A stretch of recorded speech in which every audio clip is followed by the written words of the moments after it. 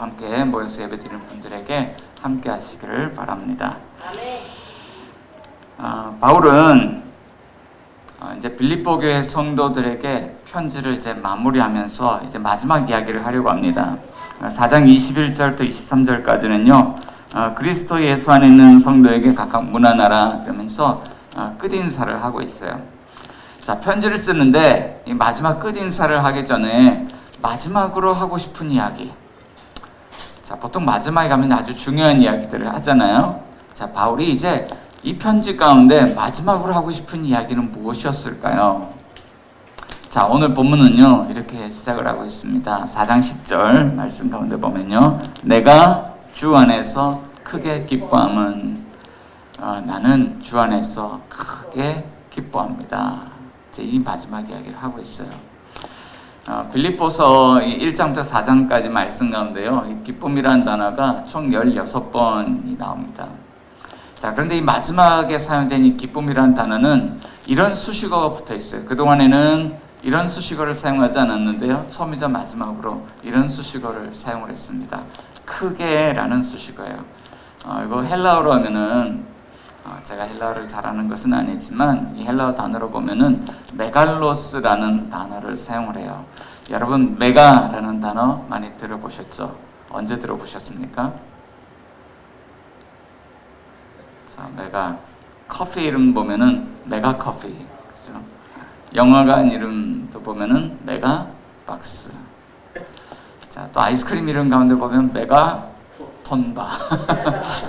자, 이 메가라는 게 어떤 의미입니까? 그냥 적당히 큰 것을 메가라고 합니까? 아주 큰 것을요. 그러니까 바울이 여기서 메갈로스라는 단어를 사용해서 나는 주 안에서 크게 기뻐합니다 라고 이야기했을 때는요, 그냥 적당하게 기쁜 것이 아니죠. 지금 아주 마음이요, 기쁨으로 충만한 그런 상태인 것입니다. 그런데 바울의 현재 상황을 보면 참 역설적이에요. 어떻게 이런 상황에서 크게 기뻐한다는 이야기를 할 수 있을까? 지금 바울은요, 로마 감옥에 갇혀 있습니다. 그의 인생의 마지막 순간들, 인생의 말년을 감옥에서 수감자로 이렇게 보내고 있죠. 평생을 살아오면서 모아놓은 돈도 없습니다. 가족도 없습니다. 석방되면 돌아갈 집도 없습니다. 참 외롭고 가난하고 쓸쓸한 그런 삶의 상황임에도 불구하고 나는 주 안에서 크게 기뻐한다는 거예요. 바울이 고통을 즐기는 사람입니까? 고통을 즐길 수 있는 사람은요, 아마도 정상적이라고 이야기하기 어려울 것 같습니다. 여러분 이런 단어를 들어보셨는지 모르겠어요. 영끌이란 단어 여러분 혹시 들어보셨어요? 영끌 무슨 뜻이죠? 네, 영혼까지 끌어모은다는 의미입니다. 요즘 주식과 비트코인 시장에 열풍이 불면서 영끌이라는 새로운 단어가 신조어가 등장을 했는데요, 20대 청년들이 자기가 이제 모아놓은 그런 자산들, 뭐 얼마 되지 않지만 그런 자산들 뿐만 아니라 부채 자산들까지 다 끌어모아요. 은행에서 대출을 받고 카드 대출을 받고, 자, 그래서요, 뭐 있는 거 없는 거 다 끌어모으는 것이죠. 그래서 영혼까지 끌어모은다는 말이 영끌이라는 말이 나온 건데, 그걸 주식과 비트코인 시장에 투자를 합니다. 그런데 최근에 비트코인이요, 곤두박질을 쳤어요. 그러면서 최근 한두 달 새에 원금까지 모두 다 잃어버린 20대 청년들이 속출하고 있습니다. 그러니까 지난주에 인천대교에서 어려운 선택을 하는 20대들에 대한 그런 기사가 언론을 통해서 보도가 되었었죠. 마음이 고통스럽고 힘든 거예요.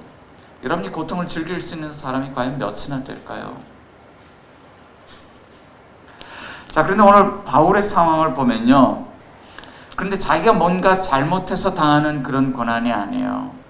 바울이 로마 감옥에 갇힌 이유가 있죠.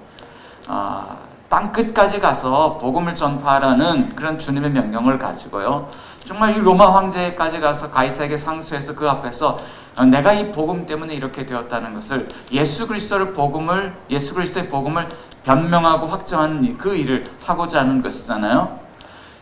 그리고 그 일을 위해서 지금 바울은 고난을 당하고 있는데, 이 바울이 우리에게 이야기해주는 그리스도인의 삶의 모습이 있어요. 그리스도인은요, 비록 우리의 삶에 부당한 고난이 다가올지라도 어떤 존재입니까? 주 안에서 큰 기쁨을 얻을 수 있는 존재라고 이야기를 하고 있는 거예요. 15절 말씀 가운데 보면 그런 그리스도인의 모임을 표현하는 단어가 있어요. 15절 말씀 중간에 가운데 보면은 바로 이 그리스도인들이 모여있는 공동체가 교회라고 이야기를 하고 있는 것이죠. 자, 그러니까 교회는 본질적으로 어떤 존재냐면요, 그리스도 예수 안에서 부당한 고난이 우리에게 다가오더라도요, 복음을 위해서는 때로는 이런 고난을 당하면서도 주 안에서 큰 기쁨을 얻을 수 있는 존재, 주 안에서 기쁨을 얻는 그런 존재다. 교회는 그런 존재다라고 이야기를 하고 있는 것이죠. 자, 그렇다면 오늘 본문은 우리에게 질문을 던집니다. 여러분은 어떻습니까? 여러분들도 살아가면서 때로는 부당한 고난, 예수 믿기 때문에 그런 힘든 순간을 지나가야 될 때가 있지 않습니까? 여러분 그럴 때마다 주 안에서 기쁨을 얻고 있습니까? 자, 오늘 본문의 말씀은 기쁨의 공동체인 교회를 향하여서 하나님께서 주시는 말씀입니다. 자, 그렇다면 우리 교회는 언제 어디에서 이런 주 안에서 얻을 수 있는 이런 큰 기쁨, 언제 어디에서 그런 기쁨을 얻을 수 있을까요? 자, 첫째요, 성도들 마음속에 서로를 향한 섬김의 싹이 올라올 때 교회는 기쁨을 얻습니다. 자, 성도들 마음속에요, 서로를 향한 섬김의 싹이 올라올 때, 자, 한번 따라해 봅시다. 마음에서 섬김의 싹이 올라오시길 바랍니다. 마음에서 섬김의 싹이 올리시길 바랍니다. 네, 서로를 향한 마음이 이렇게 싹이 날 때 그때 교회는 기쁨을 얻는다. 우리 10절 같이 한번 읽어보겠습니다. 10절 시작. 내가 주 안에서 크게 기뻐함은 너희가 나를 생각하던 것이 이제 다시 싹이 나매니 너희가 또한 이를 위하여 생각은 하였으나 기회가 없었느니라. 자, 내가 주 안에서 크게 기뻐합니다. 왜요? 너희가, 여러분이 나를 생각하던 것이 이제 다시 싹이 났기 때문입니다. 이 빌립보 교회 성도들이 바울을 향하여 생각하는 그 마음이 싹이 올라왔다. 다시 싹이 올라왔다. 그래서 내가 크게 기쁩니다. 라고 이야기를 하고 있죠. 특별히 바울이요, 오늘 본문 안에서요, 농사의 비유를 이야기를 합니다. 여러분, 농부는요, 싹이 올라올 때 어떤 기쁨이 있을까요? 예전에 제가 부교육자로 사역하던 교회에서요, 주말 농장에 참여했던 일이 있습니다. 교회에 이렇게 농장이 있어가지고 한 300평 되는 땅을 한 30개 정도로 쪼개어서 30명의 지원자를 받습니다. 그리고 그 땅에다 농사를 짓게 했어요. 근데 뭐 초짜 농부가 농사를 뭐 지어봐야 얼마나 잘 짓겠습니까? 그 종묘사 같은 데 가서요, 그 모종을 사요. 뭐 상추, 치커리, 오이, 가지, 토마토, 뭐 고추, 뭐 이렇게 쭉 사죠. 사가지고요, 참외 이렇게 사가지고요, 막 예쁘게 심었어요. 그런데 제 옆에 밭에 이렇게 밭이 또 있었는데요, 어느 해인가 저는 열심히 농사를 짓고 있는데 옆에 농사를 안 지어요. 분명히 분양을 받았는데 누가 받았는지도 모르겠고 사람이 나타나지는 않아요. 아이, 뭐야, 왜 농사를 안 짓는 거야? 안 지을 거면 차라리 나눠주지. 나 지금 심을 것도 많은데. 그렇게 생각을 했습니다. 그런데요, 사람이 안 나타나는 이유를요, 한두 주 지나고 나서 알았어요. 그 밭에 새파랗게 뭐가 올라와요. 보니까요, 상추 씨앗을요, 온 밭에 죄다 뿌려가지고요, 아주 뾰족하게 새싹이 올라오는 걸 봤어요. 저는요, 농사를 뭘 지을까 고민하면서요, 막 7가지, 8가지 모종을 선택을 하고요, 그걸 사다가요, 하나 부러지지 않게 조심해서 이렇게 심고요, 그렇게 막 물을 주고요, 얼마나 꽃밭 가꾸듯이 그렇게 하고 있는데요, 옆에는 나타나지도 않는데 나중에 올라올 때 보니까 죄다 상추 씨앗을 뿌려 새싹이 아주 빈틈없이 올라오는데, 야, 이게 농사 제대로 짓는 사람들은요, 힘들이지 않고 그렇게 농사를 짓더라고요. 그러면서 나중에 막 여기서 막 풍성이 올라오는데 제 거는 아주 초라해요. 저 막 듬성듬성 심어가지고요. 그런데 이게 새싹이 올라오는 걸 보니까 얼마나 부럽습니까? 근데 상상을 해봤어요. 그 씨를 뿌렸던 농부가 빼곡하게 상추가 이렇게 올라오는, 새싹이 올라오는 것을 볼 때요, 얼마나 기쁠까. 아직 따먹지도 않았는데 이미 따먹은 것처럼요, 색상만 봐도 그런 기쁨이 있지 않겠습니까? 지금 바로 그 기쁨을 이야기하는 거예요. 자, 그런데 교회 안에도 이런 기쁨이 있다는 것이죠. 너희가 나를 생각하던 것이 이제 다시 싹이 났는데 내가 이것 때문에 주 안에서 기쁘다, 크게 기쁘다는 거예요. 자, 그런데 싹이 났는데요, 새 싹이 아니에요. 전에도 싹이 났던 적이 있고요, 다시 싹이 났다는 거예요. 이 빌립보 교회 성도들이요, 바울을 생각하는데 바울 선생님이 지금 어떤 상황 가운데 있을까? 우리가 그를 도와야 하는데, 근데 그동안 기회가 없었어요. 그런데 이 사람들이 소식을 듣게 됐습니다. 바울 선생님이 로마 감옥에 갇혀 있고 지금 매우 궁핍하고 힘들고 어려운 상황 속에 있는데 우리가 도와야 하겠다. 그래서 이 빌립보 교회 성도들이 바울에 대한 관심을 갖고 우리가 돕기 위해서 어떻게 할까 모여서 서로 논의를 하고 이제 도울 결정을 하고 실제로 돕자, 이런 기회를 얻었다는 것이죠. 자, 이 바울을 생각하던 것이 마음속에 싹이 올라왔을 때 바울이요, 이 싹이 올라오는 것을 바라본 농부처럼 기뻤다 이야기를 하는 거예요. 자, 그런데요, 무엇 때문에 기뻤는지 그 기쁨의 출처에 대해서는 우리가 한번 생각해 볼 필요가 있습니다. 무엇 때문에 기뻤을까요? 어디에서 그 기쁨을 얻었을까요? 본문 11절 같이 한번 읽어봅니다. 시작. 내가 궁핍함으로 말하는 것이 아니라 어떠한 형편에든지 나는 자족하기를 배웠노니. 12절. 나는 비천에 처할 줄도 알고 풍부에 처할 줄도 알아 모든 일 곧 배부름과 배고픔과 풍부와 궁핍에도 처할 줄 아는 일체의 비결을 배웠노라. 아멘. 자, 바울이요, 이렇게 이야기해요. 내가 궁핍함으로 이런 말 하는 게 아니다. 자, 실제로 바울은요, 내가 궁핍하다고 이야기를 하죠. 로마 감옥 생활을 이렇게 하고 있는데 궁핍해요. 가난합니다. 배가 고프고 지금 당장 누군가는 바울에게 도움의 손길을 이렇게 건네줘야 하는 그런 상황이죠. 바울이 살아가기 위해서는. 자, 그렇지만요, 바울이 그 도움을 얻기 위해서 지금 이런 말 하는 게 아니다. 왜냐하면 11절 하반절에 그 이유를 이렇게 이야기를 해요. 나는 어떤 형편에든지 자족하기를 배웠기 때문에, 어떤 형편에서는 나는 만족하는 것, 자족하는, 스스로 만족하는 것을 배웠다. 자, 12절 가운데 보면 그것을 좀 더 구체적으로 이야기하죠. 나는 비천에 처할 줄도 아는 법을 배웠습니다. 가난해도 배고파도 내 삶이 천박해져도 나는 그 상황에 처할 줄 알고 풍부에 처할 줄도 압니다. 나는 내 삶이 부요해졌을 때 그것을 복음 안에서 누릴 줄 아는 그런 비결을 배웠습니다. 그러니까 배부름, 배고픔, 풍부, 궁핍에도요, 나는 처할 줄 아는 일체의 비결을 배웠습니다. 그러니까 바울은요, 이런 거예요. 누가 재정을 후원해 준다고 해서 그 돈을 받은 것 때문에 기뻐하는 사람이 아니에요. 어떤 사람들은요, 조금만 내 소유가 늘어나면요, 막 우쭐대요. 또 어떤 사람은요, 내가 가진 것이요, 막 이제 빈곤해지고 가난해지고 그러면 삶이 아주 초라해지는 사람이 있어요. 물질이요, 때로는 우리의 마음을 교만하게도 하고요, 때로는 우리를 아주 초라하게 만들죠. 개척교회를 이렇게 이제 여러 해 하다 보니까요, 사람들을 만날 때 새로운 현상이 생겼어요. 새로운 반응들이 좀 생겼어요. 오랜만에 제가 아는 어떤 반가운 사람들을 만나는데요. 근데 저는 반가운데 그분들은 정말 반가운지 한번 묻고 싶어요. 만났는데요, 처음 인사가 이래요. 광현아, 괜찮아? 광현아, 괜찮아? 그래서 제가 인사를 나누는데 순간 좀 당황을 했어요. 어떻게 대답을 해야 되지?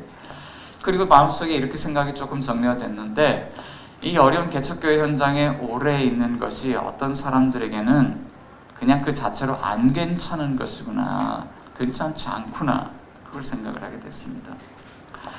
여러분, 가난은요, 미덕이 아니죠. 그렇다고 해서 욕심 많은 부자로 사는 것도 미덕이 아니에요. 그래서 많은 그리스도인들이 하나님 앞에 나와서 기도하는데 이렇게 기도해요. 하나님, 가난하게도 마옵시고 부하게도 마옵소서, 이렇게 기도를 해요. 자, 이런 삶의 고민들이 있는 것이죠. 많이 가진 것 때문에 내가 교만해지지 않고, 이것 때문에 사람들에게 욕 들어먹지 않고, 없는 것 때문에 초라해지지 않고 궁색해지지 않도록 그냥 먹고 사는 것 걱정 없게만 해주세요. 여러분 어떻게 기도합니까? 최고입니다. 그게 최고입니까? 자, 그러면 바울의 삶은 어땠을까요? 네. 자, 이게 가난하지도 않고 부하지도 않은 이 중도의 길, 바울은 그런 길을 선택하지 않았습니다. 복음을 전하기 위해서는 그런요 때로는요 불구덩이에 뛰어들어요. 꽤 가난하고 궁핍하고 배고프고 참 이런 힘든 것을 견뎌야 되는 상황인데 그런 상황 속에 바울은 뛰어들어서 복음을 전해요. 하지만 복음을 전하다 보면 때로는 대접을 받을 때도 있어요. 때로는 풍성함과 배부름과 부요함을 누릴 때가 있죠. 그런데 그런 상황이 왔을 때도 바울은요 복음 안에서 그것을요 누릴 줄 아는 삶을 살아가는 거예요. 우리는 마음이 불안하고 두렵기 때문에요 이 가정의 상황을 놓고요 이런 불구덩이에 잘 뛰어들지 못합니다. 하지만 바울은 어떤 작가가 책을 쓰면서 이런 제목을 붙였는데요, 모험으로 사는 인생. 바울의 인생을 보면요 모험으로 사는 인생이에요. 중도의 길 걷지 않고 복음을 전하기 위해서라면 로마 감옥에 들어가는 수감자로 살아가는 그 일도요 서슴지 않고 그는 들어갔다라는 것이죠. 자, 그러니까 그가요 정말 우리 신앙생활 가운데 정말 우리가 주옥같이 우리가 사용하는 그런 희대의 명언을 그가 남긴 것이죠. 따라해 봅시다. 빌사일상. 네, 그걸 마음속에 한번 새겨보세요. 빌사일상. 저도 누군가 가르쳐준 건데요. 책을 읽다가 빌사일상. 13절 한번 읽어보겠습니다. 시작. 내게 능력 주시는 자 안에서 내가 모든 것을 할 수 있느니라. 내게 능력 주시는 자 안에서 나는 모든 상황에 처할 줄 아는 일체의 비결을 배웠는데 내가 모든 일을 할 수 있다. 그 이야기라고 하는 것이죠. 자, 그렇다면 바울이 무엇 때문에 기뻐하는 것입니까? 자, 비록 빌립보 교회 성도들의 도움으로 자신이 궁핍한 상황에서 필요를 공급받긴 했지만 이것 때문에 즐겁습니까? 이것 때문에 즐거운 것이 아니라 빌립보 교회 성도들이 바울에게 관심을 갖고 그에게 도움을 주려고 한 그 마음, 바울에 대한 관심을 가진 것, 마음을 나누어준 것, 마음을 쓰고 있는 것, 이것 때문에요 그가 기뻐했다라고 이야기를 하고 있는 것이죠. 여러분, 교회 안에는 마음을 나누는 일들이 필요합니다. 우리 공동체 지체들 가운데 누구에게 결핍이 있고 우리가 그를 어떻게 도와야 하는지 주 안에서 이런 일들에 관심을 갖고 마음을 나누어야 하는 것이죠. 이런 것들이요 교회를 살리고 기쁨을 충만하게 하는 것입니다. 자, 그렇다면 왜 이 마음이 중요할까요? 오늘 둘째로는 이렇게 이야기를 합니다. 마음의 새싹이요 열매가 되듯이 우리의 마음은 삶의 결실로 반드시 나타나기 때문에 이 마음이 중요해요. 마음이 없으면요 절대 행동할 수가 없어요.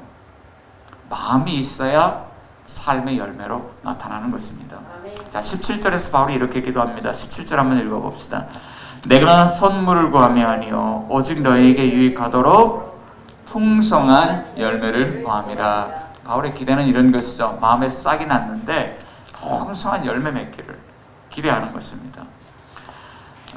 지난 봄에요 제가 배나무 한 그루를 분양을 받았어요.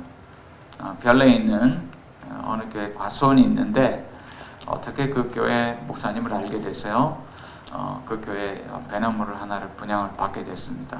봄에요 거기를 과수원을 방문했는데 배밭에요 하얀 꽃이 쫙 펼쳐졌는데 정말 구름 위에 있는 것 같아요. 얼마나 예쁜지요.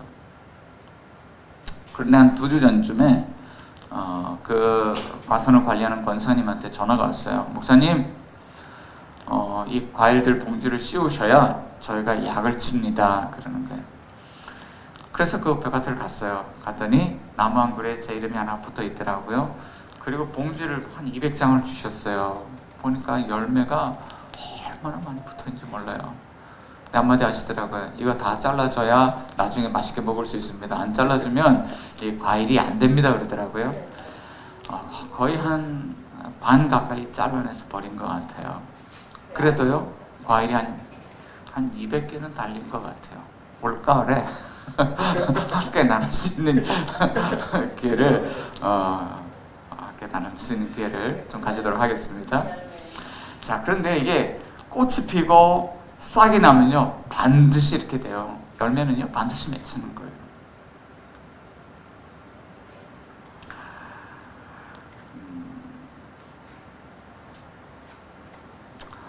자, 그런데 오늘 본문 안에서 이런 열매를 누가 맺습니까? 빌립보 교회의 성도들이 열매를 맺는 거예요. 자, 오늘 본문 안에서는요, 그 열매 맺는 모습을요, 이런 단어로 표현하고 있습니다. 14절 한번 같이 읽어봅니다. 그러나 너희가 내 괴로움에 함께 참여하였으니 잘하였도다. 15절 빌립보 사람들아 너희도 알거니와 복음의 시초에 내가 마게도냐를 떠날 때 주고받는 데 일에 참여하는 교회가 너희 외에 아무도 없었느니라. 자, 14절 15절에요 반복되는 단어가 있어요. 어떤 단어냐면 참여라는 그런 단어입니다. 1장에서도 참여라는 단어가 2번 사용되고요. 4장에서도 2번 사용되는데 이 참여라는 말이요. 우리는 그냥 참여하는구나 이렇게 생각할 수 있는데 영어 단어를 통해서 이렇게 번역된 걸 보니까요. 영어 성경에서는 share라는 단어로 번역을 했는데 이게요. 공유한다는 뜻이에요. 여러분 sharing이라는 말 들어보셨죠? car sharing. 자동차를 공유하는 거예요. 자, 이 어떤 사람이요. 뭐 개인마다 차를 한 대씩 다 가지는 게 이게 효율적이진 않잖아요. 그러니까 우리 2가정, 3가정이 함께 차를 한 대 사서 함께 공유합시다. 그래서 카쉐어링을 해요. 그러니까 필요한 사람들이 쓰고 안 쓰는 시간에 갖다 놓고 또 이 사람이 안 쓰면 내가 쓰고 이 사람도 안 쓰면 저 사람 쓰는 거죠.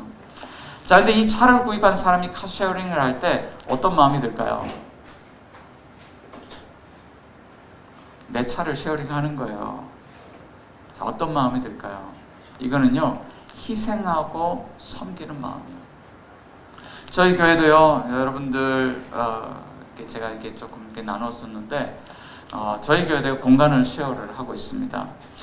의정부 장애인 슐런협회라는 그런 단체하고 공간을 쉐어하는데, 비어있는 시간들이 너무 아까워요. 그래서 장애인을 돕고 섬기는 일이기 때문에 그들에게 이 공간을 나누어 줬습니다. 그래서 어떤 일이 일어나냐면 예수님을 알지 못하는 사람들, 믿지 않는 사람들이요, 뭐 어떨 때는 매주 오기도 하고 어떨 때는 2주에 한 번 오기도 하는데 그분들이 이 낮아진 교회 문턱을 통해서 이곳에 모였어요. 함께 하나님의 은혜를 나누는 것이죠. 자, 그런 일들이 일어나고 있는 거예요. 자, 빌립보 교회의 성도들이요 한 일이 이런 일입니다. 그들은 참여했는데 그들의 삶, 그들의 가진 것들을 쉐어했다, 공유했다는 거예요. 자, 그런데 과거부터 현재까지 어떻게 그들이 자신의 삶을 이렇게 희생하고 섬기는 방식으로 나누고 있느냐? 15절부터요 16절 이렇게 말씀 이렇게 보면요. 자, 15절 말씀에 같이 한번 읽어보겠습니다. 15절 빌립보 사람들아 너희도 알거니와 복음의 시초에 내가 마게도냐를 떠날 때에 주고받는 데 일에 참여한 교회가 너희 외에 아무도 없었느니라. 자, 복음의 시초에 처음 복음을 전할 때요 마게도냐 지역에서 빌립보 교회를 세우고 이 마게도냐주 이 지역을 떠날 때요 바울을 돕는 사람들이 있었는데 주고받는 데 일에 참여한 교회가 너의 삶을 이렇게 공유해준 교회가 너희 외에 아무도 없었느니라. 16절 또 읽어봅시다. 시작. 데살로니가에 있을 때에도 너희가 한 번뿐 아니라 2번이나 나의 쓸 것을 보내었도다. 자, 빌립보 사역을 마치고요 데살로니가 지역을 갔는데 이 데살로니가에서 사역할 때 유대인들이 따라서 얼마나 괴롭게 했어요. 아주 힘들고 어려운 상황인데 그럼에도 불구하고 빌립보 교회 성도들이 바울 선생님이 어려움을 겪고 있으니까 우리가 그분을 돕자. 근데 몇 번이나 돕습니까? 2번이나 쓸 것을 도와도다. 자, 그런데 3번째 또 이렇게 해요. 18절도 한번 읽어볼까요? 시작. 내게는 모든 것이 있고 또 풍부한지라 에바브로디도 편에 너희가 준 것을 받음으로 내가 풍족합니다 라고 이야기를 해요. 자, 지금 바울이 로마 감옥에 갇혔는데요 빌립보 지역에 사역하던 때에서 지금 한 10여 년이 시간이 지났어요. 그런데 10여 년이 지났는데 이 빌립보 교회 성도들이 여전히 어떤 것을 하고 있냐면 바울 선생님이 로마 감옥에 갇혔대. 우리가 모금을 해서 그분을 도와야 돼. 그리고 한 사람을 뽑았습니다. 그분이 에바브로디도잖아요. 에바브로디도 편에요. 그 후원금을 가지고요 1100km가 넘는 그 로마 감옥까지 이것을 이제 가져다 주겠다는 거예요. 그런데 2장 25절부터 30절까지 가운데 보면은 에바브로디도가 그 돈을 가지고 오던 그런 그 장면들이 그 안에 이제 기록이 돼 있는데 어떤 일이 있었냐면 이 먼 거리를 오면서 죽을 병에 걸렸어요. 에바브로디도가요 죽을 병에 걸렸어요. 그런데요 자기 이 돈을 가지고 이 재정 후원하는 것을 가지고 바울 선생님을 전해드려야만 하니까 그것이 자신이 하나님께서 맡겨주신 미션이니까 이 미션을 수행하기 위해서요 자기는 죽어가는데 그 죽어가는 것을 상관하지 않고요 자기 생명을 희생하면서까지 그것을 갖다 주었다. 자, 그러니까요 이 빌립보 교회 성도들이 자신이 가지고 있는 것을 함께 나눌 뿐만 아니라 무엇까지도 나누냐면 생명을 나누는 거예요. 한번 생각해 봅시다. 나는 이거 필요 없으니까 남는 거니까 이거 바울 선생님 갖다 드리세요. 이렇게 도왔을까요? 아니면 본인들도 삶이 힘들고 어렵지만 바울 선생님을 살리기 위해서 우리가 우리의 삶을 함께 해야 돼. 내가 가진 것을 함께 나눠야 돼. 우리의 생명도 함께 나눠야 돼. 이렇게 나눴을까요? 자, 여러분 마음이 중요한 것이죠. 마음이 있으니까요 놀라운 일을 하는 것입니다. 저 지난주에 제가 아스트라제네카 백신을 맞고요 힘든 그런 시간을 보내고 있었는데 제 친구 아버님이 이제 돌아가셨어요. 소천하셨습니다. 연락이 왔는데요. 자, 그 친구가 그런 어려움을 겪을 때 꼭 가서 위로를 해주고 싶었어요. 너무나도 제가 아끼는 친구이기 때문에. 자, 그런데 결국 못 갔어요. 친구야, 나 이렇게 백신 맞고 몸이 이래서 못 갈 것 같아. 그리고 마음에 어떤 짐을 안고요 한 주간이 지나왔습니다. 그런데 지난주 수요일 날 또 부고가 올라왔어요. 다른 친구 어머니가요 지병이 있으셨는데 하나님 부름을 받았습니다. 자, 그런데 그 장례식장이요 충북 보은군이에요. 그런데 수요 중기도회를 해야 되고요 내일 제 발인인데요 어떻게 갈 수가 있나요? 거리는 너무나도 멀고 중기도는 해야 되고 그래서요 또 마음으로 또 부담이 되는데 또 내려놓는 거예요. 어쩔 수가 없다. 그래, 친구야 미안하다 그러고 있는데요 밤에 한 친구가 문자가 왔어요. 광현아 같이 갈래? 서울에서 사회 가는 친구인데요 이 친구도 저하고 똑같은 마음의 부담을 안고 있었는데 지난주도 못 갔는데 우리 이번 주도 못 가면 안 돼. 가서 우리 위로해 줘야 돼. 그러니까 이런 질문이죠. 나는 거기 가고 싶은 마음이 있는데 너는 가고 싶은 마음이 있니? 여러분 우리가 조의금을 얼마를 계좌로 보낸다고 해서 얼마나 그게 큰 위로가 되겠어요. 하지만 정말 사랑하는 친구들이요 그 먼 발걸음을 해서 힘들고 어렵게 찾아가주면 그게 얼마나 위로가 되겠습니까? 그날요 그 밤에 친구 차를 타고 조문을 갔다가 돌아오니까 새벽 3시가 되었어요. 마음을 나누는 것이죠. 그런 저도 교회를 개척하는 상황에서 제가 마음의 위로를 얻고요 이 사역을 지속하게 되는 그런 지점들이 있어요. 어떤 분이 얼굴도 모르고 이름도 모르고 만난 적도 없는데 그리고 그 당시에 얼마 전까지만 해도 불교 신자였는데 어떤 목사님 부부를 만나고 큰 감동을 받았어요. 그리고 그분이요 교회 출석도 안 해요. 교회도 안 나가시는 분인데 나도 가난한 목사님을 돕고 싶습니다. 그래서요 그 목사님과 관계된 어떤 분이요 저를 추천해 주셔서 그분이 저하고 연결이 되게 되었습니다. 그러니까 신앙이고 뭐고 예수고 잘 모르시는 분이에요. 그런데 그게 벌써 3년이 지나서요 그분이 지금까지 돕고 있고요 그분이 예수 믿고요 지금 어느 교회에 출석을 하면서 등록 교인이 되었습니다. 이런 일들이요 참 여기 있다 보니까 참 셀 수 없이 많이 이런 일들이 일어나요. 함께 제자 훈련을 했던 어떤 집사님은요 아주 사업이 부도를 맞고 또 아내 그런 권사님이 아픈 상황인데도 불구하고 기도하면서 1년을 작정하고 목사님 돕겠습니다. 또 얼마 전에는 저와 함께 제자 훈련을 했던 어떤 집사님인데 지병으로 세상을 먼저 떠나셨어요. 그런데 가정이 너무너무 환자들도 있고 힘들어요. 그런데 그 가정에서도요 말이 안 되는 상황인데 목사님 남편 유지가 목사님을 돕는 거였는데 목사님 저희도 돕겠습니다. 그래서 얼마 전부터 돕기 시작한 그런 분이 있어요. 또 제 제자들 가운데 어떤 그런 신학생은요 목사님 저희가 모금 운동을 해서 이 뉴스티 교회를 돕겠습니다. 그래서요 많은 것은 아니었지만 그들의 마음이 정말로 커요. 그래서 그거를 자기들이 모금 운동을 해서 신학생들이 모았어요. 뉴스티 교회를 세운 일에 사용해 주십시오. 어떤 집사님은 이 교회 상황을 놓고 1년 동안 기도했습니다. 기도하면서요 한 번도 연락도 없었어요. 그런데 매달마다 기도하면서 자기가 사용하는 돈들을 얼마를 떼었어요. 저축을 하는 거예요. 1년 동안 저축을 해서 그 저축을 한 걸 가지고 목사님이 교회를 세우는데 사용해 주세요. 그래서 교회에다 보내주는 분도 있고요. 이런 참 어렵고 말이 안 되는 상황에도 불구하고 이렇게 돕는 분들이 계셨어요. 근데 그분들 마음이 전달될 때 얼마나 마음이 힘이 됩니까? 그래서 제가 요즘 정말 감사한 것은 이거예요. 우리 교회 성도들이 지금 흩어져 있던 교회 나오든 이곳에 마음을 두고요, 교회가 회복되기를 바라는 마음으로 삶을 나누는 성도들이 있습니다. 정말 힘을 다해서요, 현금 생활을 해요. 그리고 그들의 마음속에서 어떤 것이 느껴지냐면 이 공동체를 책임지고 살리겠다는 그런 마음들이 느껴집니다. 얼마나 감사한지.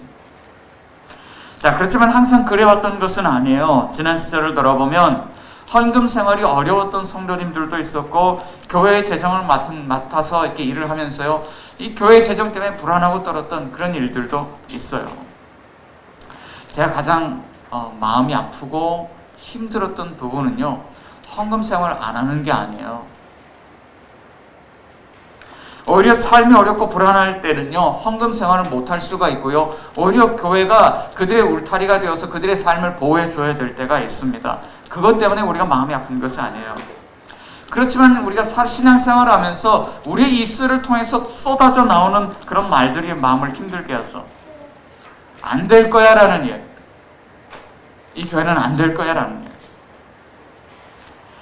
그런데 이런 이야기들을 나누는 분들의 마음이 있죠. 교회가 재정적으로 힘든 시기를 지나고 있는데 본인들의 삶도 힘들어요. 얼마나 불안하고 얼마나 실패를 두려워하는지 마음 깊숙이 들어가 보면요, 그분들이 예배하는 대상이요, 근데 정말 하나님을 예배하는 게 아니에요. 삶이 안정되는 것을 예배하고요, 자신들의 삶이 성공하는 것을 예배하는데, 이 안정됨이 깨어지고 우리의 삶이 실패의 자리로 나아가면요, 얼마나 불안하고 두려워하는지, 삶이 무너지는 것이죠. 여러분, 빌립보 교회가 가진 것이 많아서 바울을 도왔습니까? 자, 그렇다면 무엇이 그들로 하여금 바울 사도를 위해서 희생하고 나누고 섬기는 일에 참여하게 합니까? 오늘 우리는 어떻게 성도들을 생각하고 그들의 상황들을 살피며 그들에게 나누고 희생하며 섬기는 삶을 우리는 어떻게 살아갈 수 있습니까? 자, 셋째는요, 하나님이 그리스도 예수 안에서 우리의 마음을 변화시켜 주신다고 말씀하고 있는 거예요. 자, 따라해 봅시다. 하나님이 우리의 마음을 새롭게 하십니다. 하나님 우리의 마음을 변화시켜 주시는 거예요. 팀 켈러는요, 센터 처치에서 복음 안에서 일어나는 세 가지 삶의 변화에 대해서, 삶의 방향 전환에 대해서 이야기합니다. 첫 번째는요, 따라해 봅시다. 위에서 아래로. 따라해 봅시다. 안에서 밖으로. 자, 미래에서 현재로. 자, 예수님이 성육신 하셨잖아요. 사람들이요, 다 높아지려고 그렇게 애쓰면서 사는데, 우리가 예수님 안에서 어떤 변화가 나타나냐면 이제는 낮아짐을 위해서 살아갑니다. 또 안에서 밖으로는 어떤 이야기냐면, 전에는 내가 삶의 중심이 돼서 나를 위해서 살았다면 이제는 나를 위해 살지 않고요, 하나님을 사랑하고 이웃을 사랑하기 때문에 타자를 위해 살아가요. 세 번째, 미래에서 현재로라는 것은요, 빌립보 교회 성도들이 잘 아는 이야기인데, 우리는 천국 시민권자다.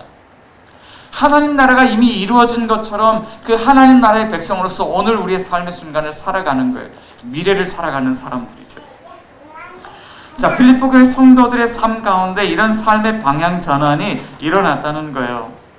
그들의 삶을 보니까 이런 향기가 납니다. 4장 18절 보면요, 내게는 모든 것이 있고 또 풍부한지라 에바 보로디도 편에 너희가 준 것을 받음으로 내가 풍족하니. 같이 한번 읽어봅시다. 18절 한 절 시작. 이는 받으실 만한 향기로운 제물이요 하나님을 기쁘시게 한 것이라. 어떤 냄새가 나냐면 향기가 난다. 향기. 어떤 향기냐면요, 구약시대 백성, 이스라엘 백성들이 성전에서 하나님 앞에 번제를 드려요. 그런데 그 번제에서 나는 냄새가 난다. 출애굽기 29장 18절에서요, 그 향기를 이렇게 묘사합니다. 그 수량 전부를 제단 위에 불사르라. 이는 여호와께 드리는 번제요 이는 향기로운 냄새니 여호와께 드리는 화제니라. 하나님 앞에 이 양을 완전히 죽였어요. 그리고 번제단에 올려서 온전히 태워서 하나님 앞에 올려드리는데요, 빌립보 성도들의 삶 가운데 그 냄새가 나더라. 자신의 삶을요 온전하게 희생시키고 태워서 하나님께 드리는 것처럼 그렇게 빌립보 성도들이 바울을 돕고 있다, 형제를 돕고 있다는 거예요. 그 향기가 나더라. 자, 어떻게 이런 일이 일어납니까? 제가 우리 아이들을 통해서 지난주에 그걸 봤어요. 여러분 빕스 가보셨나요? 빕스 패밀리 레스토랑 빕스 훈제 연어가 쫙 빕스. 지난주에요 어떤 분이 지난달에 어떤 분이 그 CJ 임직원들 또 주인들이 나눠주는 빕스 35% 할인 쿠폰을 보내주셨어요. 그래서 가족회의가 열렸습니다. 이걸 가지고 어떻게 할까? 그랬더니요 아주 큰 결단을 내렸어요. 6식구가 가야 되는데 한번 갑시다. 이번 기회가 아니면 35%잖아. 이번 기회가 아니면 언제 가보겠습니까? 결혼하고요 아이들을 데리고 한 번도 가본 적이 없어요. 그래서 가서요 뭘 어떻게 해야 되는지도 잘 모르겠어요. 그런데요 빕스를 갔어요. 6명이 들어갔어요. 얘들아 이 접시 가지고 좀 먹고 싶은 거 담아와. 먹으면 돼. 애들이 접시를 가져가더니요 그 마시멜로 1개를 초콜릿에 묻혀서 1개를 들고 왔어요. 그리고 자리에 앉았습니다. 저는요 그래도 예전에 총각 때 가봤으니까 가서요 접시를 풍성하게 담아왔습니다. 아이들이 마시멜로를 먹고 어떻게 했을까요? 접시를 가지고 또 가지러 갔을까요? 제 접시에 있는 걸 먹는 거예요. 그래서 다시 설명을 해줬어요. 얘들아 너희들 접시 가져가서 마음껏 먹어도 돼. 그리고 썼던 접시는 여기 놔두고 새로운 접시 가지고 먹으면 돼. 그 다음부터 아이들이요 먹기 시작하는데요 먹다가 거기 이제 아이들 놀이방에 있었는데 놀이방 가서 놀다가 또 돌아와서 먹다가 또 배가 아프면 화장실 가서 속을 비우고 돌아왔다가 또 먹다가 먹는데요 2시간 반을 먹더라고요. 옆 테이블에 손님들이 왔는데요 2번이 바뀌었어요. 2팀이 지나갔어요. 근데 얘들아 이제 다 먹었니? 아니 나 좀 더 먹을래. 그래서 가서 한 2시간 반을 먹었던 것 같아요. 저희 아내가요 얘들아 엄마 이거 먹고 싶은데 이거 좀 가져다 줄래? 뭐 그러지 뭐. 그랬더니 접시에 팍 담았어요. 자 먹어 이렇게 주는 거예요. 그런데 이게 왜 변하냐면요 집에서는요 뭐 맛있는 거 있으면요 이것을 먹기 위해서 4형제가 얼마나 경쟁을 치열하게 하는지 그럴 수 있잖아요. 자 그런데 그곳에서는요 경쟁이 없어요. 나눠주는 거예요. 풍성하게 쌓아놓고 먹으니까요 나눠주더라니까요. 만약에 우리가요 나눔을 실천하는데 풍성하게 쌓여있는 것을 볼 수 있는 눈이 있다면 나눠주지 않겠습니까? 빌립보 교회 성도들이요 번제물을 하나님 앞에 드린 것 같이 자신의 것들을 희생하고 섬기는 방식으로 바울에게 나눠줬는데 이 빌립보 성도들 가운데 어떤 일이 일어나냐면 그리스도 예수 안에서 어떤 일이 일어나냐면 하나님이 자기가 가진 모든 것을 우리에게 주시는 그런 은혜를 그들이 맛보았다는 거예요. 그들이 만난 하나님은요 그냥 필요를 공급해 주시는 하나님이 아니에요. 하나님이 가진 모든 것을 우리에게 내어주시는 하나님. 우리는 하나님 앞에 번제물을 드리지만 우리가 드리기 전에 하나님께서 먼저 우리를 위해서 하나님 자신을 그 번제물로서 온전히 내어주셨어요. 로마서 3장 25절 이 예수를 하나님이 그의 피로서 믿음으로 말미암는 화목제물로 세우셨다. 그런데 이 사건의 의미가 뭐냐? 십자가 사건의 의미가 뭐냐? 고린도전서 8장 9절 우리 주 예수 그리스도의 은혜를 너희가 알거니와 부요하신 이로써 너희를 위하여 가난하게 되심은 그의 가난함으로 말미암아 너희를 부요하게 하려 하심이라. 예수님이 모든 것을 가지신 분이지만 가난하게 되셨어요. 근데 가난하게 되심은 그의 부요하심을 가난한 우리에게 주시려고 그렇게 하셨다는 거예요. 자, 그래서 이 성경 말씀을 통해서 하늘 아버지께서 우리에게 준 메시지가 무엇이냐면 누가복음 15장 31절 보니까 내 것이 다 네 것이다 라고 이야기해요. 내 것이 다 네 것이로다. 자, 그러니까 우리의 삶의 방향 전환이 어디에서 일어나냐면 십자가에서 능력으로 나타났다는 거예요. 빌사일삼 내게 능력 주시는 자 안에서 내가 모든 것을 할 수 있느니라. 여기서 능력은요 디나미스잖아요. 다이너마이트가 터지는 그런 능력이죠. 물질에 대한 탐욕으로 우리의 마음이 굳어질 대로 굳어져 있는데, 그 탐욕스러운 그런 굳어진 마음 속에 예수 그리스도의 십자가가 폭발하는 능력으로 그 마음을 깨뜨리시고 우리도 섬기고 희생할 수 있도록 주님께서 마음을 변화시켜 주시는 거예요. 그 마음 속에 이런 신앙이 자리 잡고 있어요. 17절 보니까요, 하나님이 풍성한 열매를 맺게 해주시는 거예요. 19절 가운데 보면, 19절 우리 같이 한번 읽고 오늘 말씀 마치겠습니다. 19절 시작. 나의 하나님이 그리스도 예수 안에서 영광 가운데 그 풍성한 대로 너희 모든 쓸 것을 채우시리라. 누가 채우세요? 하나님이 너희 모든 쓸 것을 채우시리라. 어디 안에서? 그리스도 예수 안에서. 그러니까 우리가 어디에서 삶의 기쁨을 얻어야 합니까? 여러분은 삶의 기쁨을 언제, 어디에서, 어떤 방식으로 취하고 있습니까? 오늘 본문은요, 그거에는 내게 능력 주시는 자 안에서 기쁨을, 큰 기쁨을 얻는 공동체라고 말씀하고 있는 것이죠. 여러분, 공동체 안에 서로를 향해서요, 여러분의 마음을 나누고 있습니까? 여러분의 삶을 함께 공유하고 있습니까? 여러분, 마음을 나누시길 바랍니다. 여러분들의 삶을 희생하고 섬기는 방식으로 나눠주실 수 있기를 바랍니다.